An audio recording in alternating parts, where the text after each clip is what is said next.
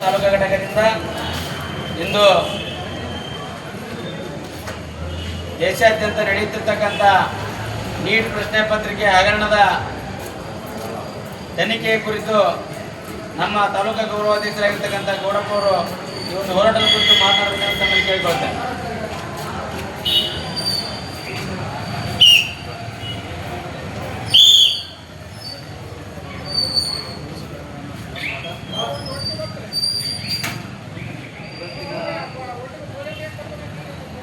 ಸನ್ನಿವೇಶದಲ್ಲಿ ಅತ್ಯಂತ ಅತಿ ಸುದ್ದಿಯಲ್ಲಿರುವಂಥ ವಿಷಯವೇನೆಂದರೆ ನೀಟ್ ಪ್ರಶ್ನೆ ಪತ್ರಿಕೆಯ ಸೋರಿಕೆಯ ಕುರಿತಾದ ಚರ್ಚೆಗಳು. ಈ ಕುರಿತಾಗಿ ಪ್ರಶ್ನೆ ಪತ್ರಿಕೆಯ ಸೋರಿಕೆಯ ಒಂದು ಪರಿಣಾಮ 9 ವಿದ್ಯಾರ್ಥಿಗಳು ಆತ್ಮಹತ್ಯೆಯನ್ನು ಮಾಡಿಕೊಂಡರು. ಓದಿದಂಥ ವಿದ್ಯಾರ್ಥಿಗಳ ಮೇಲೆ ಪರಿಣಾಮವಾಗಿ ಅವರು ಆತ್ಮಹತ್ಯೆಯನ್ನು ಮಾಡಿಕೊಂಡು ವಿಷಯವನ್ನು ಇಂದು ದೇಶಾದ್ಯಂತ ಮತ್ತೆ ಈ ರೀತಿ ಮರುಕಳಿಸುವ ವಿದ್ಯಾರ್ಥಿಗಳಿಗೆ ನ್ಯಾಯ ಸಿಗಬೇಕು ಅನ್ನೋ ಒಂದು ಉದ್ದೇಶವನ್ನು ಪ್ರಶ್ನೆ ಪತ್ರಿಕೆ ಸೋರಿಕೆಯ ವಿರುದ್ಧ ಮನವಿಯನ್ನು ಸಲ್ಲಿಸ್ತಾ ಇದೆ. ಅದನ್ನು ಸರ್ಕಾರ ಪರಿಹಾರ ಮತ್ತು ಕಾನೂನುಗಳನ್ನು ರಚಿಸಬೇಕೆಂದು ಈ ಮೂಲಕ ವಿನಂತಿಯನ್ನು ಮಾಡ್ತೀವಿ.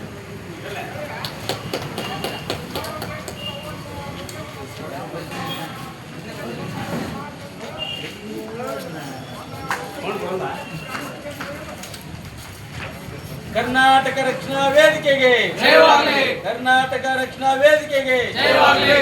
ನೀಟ್ ಪ್ರಶ್ನೆ ಪತ್ರಿಕೆ ಸೋರಿಕೆಯಲ್ಲಿ ಹಗರಣ ಮಾಡಿದವರಿಗೆ ಶಿಕ್ಷೆ ಆಗಲೇಬೇಕು. ಆಗಲೇಬೇಕು. ಕೇಂದ್ರ ಸರ್ಕಾರಕ್ಕೆ ಧಿಕ್ಕಾರ. ಕೇಂದ್ರ ಸರ್ಕಾರಕ್ಕೆ ಧಿಕ್ಕಾರ. ಕೇಂದ್ರ ಶಿಕ್ಷಣ ಮಂತ್ರಿಗೆ ರಾಜೀನಾಮೆ ನೀಡಲೇಬೇಕು. ಕೇಂದ್ರದ ಶಿಕ್ಷಣ ಮಂತ್ರಿ ರಾಜೀನಾಮೆ ನೀಡಲೇಬೇಕು. 20 ವಿದ್ಯಾರ್ಥಿಗಳ ಕುಟುಂಬಕ್ಕೆ ಪರಿಹಾರ ನೀಡಲೇಬೇಕು. ಬೇಕೇ ಬೇಕು. ಬೇಕೇ ಬೇಕು. ನೀಟ್ ಪ್ರಶ್ನೆ ಪತ್ರಿಕೆ ಸೋರಿಕೆ ಹಗರಣದಲ್ಲಿ ಪಾಲ್ಗೊಳ್ಳತಕ್ಕಂಥ ಶಿಕ್ಷೆ ಆಗಲೇಬೇಕು. ಬೇಕೇ ಬೇಕು. ಕೇಂದ್ರದ ಶಿಕ್ಷಣ ಮಂತ್ರಿ ರಾಜೀನಾಮೆ ನೀಡಲೇಬೇಕು. ಬೇಕೇ ಬೇಕು. ಬೇಕೇ ಬೇಕು.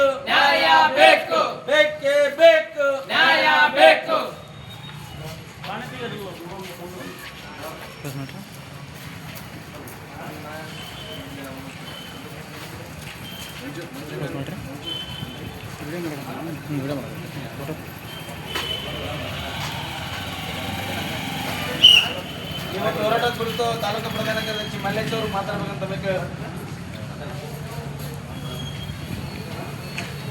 ಈ ಒಂದು ಕರ್ನಾಟಕ ರಕ್ಷಣಾ ವೇದಿಕೆ ಶಿವರಾಮೇಗೌಡರ ನೇತೃತ್ವದ ಸಂಘಟನೆಯ ಈ ಒಂದು ನೀಟ್ ಪ್ರಶ್ನೆ ಪತ್ರಿಕೆ ಸೋರಿಕೆ ಹಗರಣ ಹಲವಾರು ರೀತಿಯಲ್ಲಿ ಕಂಡು ಬಂದಿದೆ. ಈ ಸರಿ ನೀಟ್ ಪ್ರಶ್ನೆ ಪತ್ರಿಕೆ ಸೋರಿಕೆ ಎಮ್ಮರವಾಗಿ ಹೊರಗೆ ಬಿದ್ದಾಗ ವಿದ್ಯಾರ್ಥಿಗಳು ಅದನ್ನು ಪ್ರತಿಭಟಿಸುವ ಸಂದರ್ಭದಲ್ಲಿ ಆ ವಿದ್ಯಾರ್ಥಿಗಳ ಮೇಲೆ ದೌರ್ಜನ್ಯ, ಬಡೆತ ಅದರಿಂದ ಹಲವು ವಿದ್ಯಾರ್ಥಿಗಳಿಗೆ ಗಾಯಗಳಾಗಿ ಹಲವು ವಿದ್ಯಾರ್ಥಿಗಳು ನೊಂದು ಬೆಂದು ಆತ್ಮಹತ್ಯೆಯನ್ನು ಮಾಡಿಕೊಂಡು ಆ ಕುಟುಂಬದವರು ಆ ವಿದ್ಯಾರ್ಥಿಗಳಿಗೆ ಎಷ್ಟು ರೊಕ್ಕ ಕೊಟ್ಟು ಓದಲು ಬರೆಯಲು ಮತ್ತು ಅವರಿಗೆ ಊಟ ಉಪಚಾರಕ್ಕೆ ತೊಂದರೆ ಆಗದೆ ಅವರು ದುಡ್ಡು ಕೊಟ್ಟು ಓದಿಸಲು ಮುಂದಾದಾಗ ಆ ವಿದ್ಯಾರ್ಥಿಗಳು ಪ್ರತಿಭಟಿಸಿದರಲ್ಲಿ ತಪ್ಪೇನಿಲ್ಲ. ಈ ಸರ್ಕಾರ ಎಚ್ಚೆತ್ತುಕೊಂಡು ಆ ವಿದ್ಯಾರ್ಥಿಗಳೇನು ಸತ್ತಾರಲ್ಲ ಆ ವಿದ್ಯಾರ್ಥಿಗಳಿಗೆ ಪರಿಹಾರ ನೀಡಬೇಕು. ಇನ್ನು ಮುಂದೆ ಯಾವುದೇ ರೀತಿಯಲ್ಲಿ ಯಾವುದೇ ಪ್ರಶ್ನೆ ಪತ್ರಿಕೆ ಆಗಿರ್ಬೋದು ಸೋರಿಕೆ ಆಗಬಾರ್ದು. ಅದನ್ನ ತಡೆ ಮಾಡಬೇಕು. ವಿದ್ಯಾರ್ಥಿಗಳಿಗೆ ಓದಿದಂತೆ ಪ್ರತಿಫಲ ನೀಡಬೇಕಂತ ಹೇಳಿ ಆ ಸರ್ಕಾರಕ್ಕೆ ಬೇಡಿಕೆಯನ್ನು ನೀಡುತ್ತಾ ಎಲ್ಲರಿಗೂ ವಂದನೆ ಸಲ್ಲಿಸ್ತಾ ಧನ್ಯವಾದಗಳು.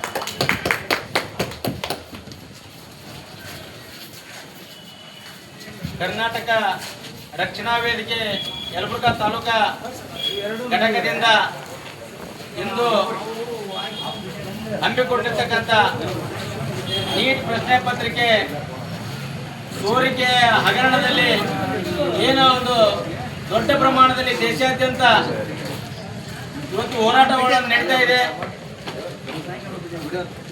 ಇವತ್ತು ಸುಮಾರು 2-3 ವರ್ಷಗಳ ಕಾಲ ನಿರಂತರವಾಗಿ ನೀಟ್ ಪರೀಕ್ಷೆಗಾಗಿ ವಿದ್ಯಾರ್ಥಿಗಳು ತಮ್ಮ ಜೀವನವನ್ನು ಮುಡುಪಾಗಿಟ್ಟು ಅಭ್ಯಾಸವನ್ನು ಮಾಡಿರ್ತಾರೆ.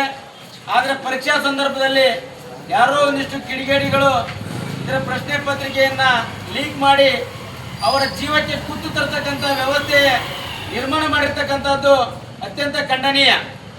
ಆದರೆ ಅದರ ವಿರುದ್ಧವಾಗಿ ಹೋರಾಟ ಮಾಡಿದ ವಿದ್ಯಾರ್ಥಿಗಳ ಮೇಲೆ ಆಗಲಿ, ಆದರೆ ಸಂಘಟನೆಗಳ ಮೇಲೆ ಆಗಲಿ ಇವತ್ತು ಅವರ ಮೇಲೆ ಲಾಠಿ ಚಾರ್ಜ್ಗಳನ್ನ ಮಾಡಿರ್ತಕ್ಕಂಥ ಉದಾಹರಣೆ ದೆಹಲಿಯಲ್ಲಿ ನಡೆದಿದೆ. ಆ ಒಂದು ಹೋರಾಟಕ್ಕೆ ಬೆಂಬಲವಾಗಿ ಇವತ್ತು ಯಲಬುರ್ಗಾ ತಾಲೂಕಿನಲ್ಲಿ ಮಾನ್ಯ ತಾಲೂಕಾ ದಂಡಾಧಿಕಾರಿಗಳ ಮೂಲಕ ಮಾನ್ಯ ಗೌರವಾನ್ವಿತ ರಾಷ್ಟ್ರಪತಿಗಳಿಗೆ ರಾಷ್ಟ್ರಪತಿ ಭವನ ನವದೆಹಲಿ ಅವರಿಗೆ ಮನವಿಯನ್ನು ಸಲ್ಲಿಸ್ತಾ ಇದ್ದೇವೆ. ವಿಷಯ ನೀಟ್ ಪ್ರಶ್ನೆ ಪತ್ರಿಕೆ ಸೋರಿಕೆ ಪ್ರಕರಣದ ಕುರಿತು ಸಮಗ್ರ ತನಿಖೆ ನಡೆಸಿ ತಪ್ಪಿತಸ್ಥರ ವಿರುದ್ಧ ಕಠಿಣ ಕ್ರಮ ಕೈಗೊಳ್ಳಲು ಮನವಿಯನ್ನು ಮಾಡಿಕೊಳ್ತಾ ಇದ್ದೇವೆ. ಮಾನ್ಯರೇ, ಈ ಮೇಲೆ ತಿಳಿಸಿದೆ ಎಚ್ ಶಿವರಾಮೇಗೌಡರ ಕರ್ನಾಟಕ ರಕ್ಷಣಾ ವೇದಿಕೆ ತಾಲೂಕಾ ಘಟಕದಿಂದ ಈ ಒಂದು ಮನವಿಯನ್ನು ಸಲ್ಲಿಸ್ತಾ ಇದ್ದೇವೆ. ದೇಶಾದ್ಯಂತ ಅತ್ಯಂತ ಮಹತ್ವದ ವೈದ್ಯಕೀಯ ಪ್ರವೇಶ ಪರೀಕ್ಷೆಯಾದ ನೀಟ್ ಪರೀಕ್ಷೆಯ ಪ್ರಶ್ನೆ ಪತ್ರಿಕೆ ಸೋರಿಕೆಯಾದ ಎಂಬ ಆರೋಪದಲ್ಲಿ 20 ಲಕ್ಷ ವಿದ್ಯಾರ್ಥಿಗಳು ಹಾಗೂ ಪೋಷಕರು ತೀವ್ರ ಆತಂಕಕ್ಕೆ ಅಸಮಾಧಾನಕ್ಕೆ ಕಾರಣವಾಗಿದೆ. ಲಕ್ಷಾಂತರ ವಿದ್ಯಾರ್ಥಿಗಳು ವರ್ಷಗಳ ಕಾಲ ಶ್ರಮಪಟ್ಟ ಪರೀಕ್ಷೆಗೆ ಸಿದ್ಧರಾಗಿರುತ್ತಾರೆ. ಇಂಥ ಅಕ್ರಮಗಳ ಇವರ ಪರಿಶ್ರಮಕ್ಕೆ ಪ್ರಾಮಾಣಿಕತೆ ಹಾಗೂ ಭವಿಷ್ಯದ ಮೇಲೆ ದುಷ್ಪರಿಣಾಮ ಬೀರುತ್ತದೆ. ಆದ್ದರಿಂದ ಈ ಪ್ರಕರಣದ ಕುರಿತು ಸಂಪೂರ್ಣ ಹಾಗೂ ಪಾರದರ್ಶಕ ಹಾಗೂ ನಿಷ್ಪಕ್ಷಪಾತವಾಗಿ ತನಿಖೆ ನಡೆಸಿ ತಪ್ಪಿತಸ್ಥರ ವಿರುದ್ಧ ಕಾನೂನು ಕ್ರಮ ಹಾಗೂ ಕಠಿಣ ಕ್ರಮ ಕೈಗೊಳ್ಳಬೇಕು. ಭವಿಷ್ಯದಲ್ಲಿ ಇಂಥ ಘಟನೆ ಮರುಕಳಿಸದಂತೆ ಪರೀಕ್ಷಾ ವ್ಯವಸ್ಥೆ ಭದ್ರತೆಯನ್ನು ಇನ್ನಷ್ಟು ಬಲಪಡಿಸಿ ಪರೀಕ್ಷೆಗಳ ವಿಶ್ವಾಸಾರ್ಹತೆಯನ್ನು ಕಾಪಾಡಲು ಅಗತ್ಯ ಕ್ರಮಗಳನ್ನು ಕೈಗೊಳ್ಳಬೇಕೆಂದು ತಮ್ಮಲ್ಲಿ ಮನವಿ ಮಾಡಿಕೊಳ್ಳುತ್ತೇವೆ. ಬೇಡಿಕೆಗಳು: ನೀಟ್ ಪ್ರಶ್ನೆ ಪತ್ರಿಕೆ ಸೋರಿಕೆಯಿಂದ ಆತ್ಮಹತ್ಯೆ ಮಾಡಿಕೊಂಡ ವಿದ್ಯಾರ್ಥಿಗಳ ಕುಟುಂಬಕ್ಕೆ ಸೂಕ್ತವಾಗಿರ್ತಕ್ಕಂಥ ಪರಿಹಾರ ನೀಡಬೇಕು ಹಾಗೂ ಕೇಂದ್ರದ ಶಿಕ್ಷಣ ಸಚಿವರಾಗಿರ್ತಕ್ಕಂಥ ಶ್ರೀ ಧರ್ಮೇಂದ್ರ ಪ್ರಧಾನ್ ಅವರು ಈ ಒಂದು ರಾಜೀನಾಮೆ ನೀಡಬೇಕು ಹಾಗೂ NTA ಹಾಗೂ ನೀಟ್ ಪರೀಕ್ಷೆ ರದ್ದುಗೊಳಿಸಬೇಕೆಂದು ಈ ಮೂಲಕ ಮಾನ್ಯ ತಾಲೂಕು ದಂಡಾಧಿಕಾರಿಗಳಿಗೆ ಮನವಿಯನ್ನು ಸಲ್ಲಿಸ್ತಾ ಇದ್ದೇವೆ.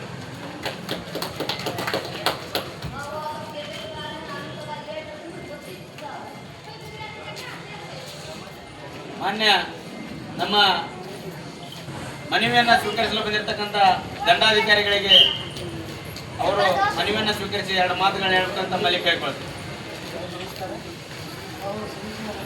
ಇಲಾಖೆಗಳು ಒಪ್ಪಂದಗಳ ಮುಖಾಂತರ ಹಿಂದೆ ಮಾನ್ಯ ಗೌರವಾನ್ವಿತ ರಾಷ್ಟ್ರಪತಿಗಳು ರಾಷ್ಟ್ರಪತಿ ಭವನ ಭಾರತ ಸರ್ಕಾರ ನವದೆಹಲಿ ಇಲ್ಲಿ ಕಳಿಸಿಕೊಡುವ ವ್ಯವಸ್ಥೆ ಮಾಡಿ.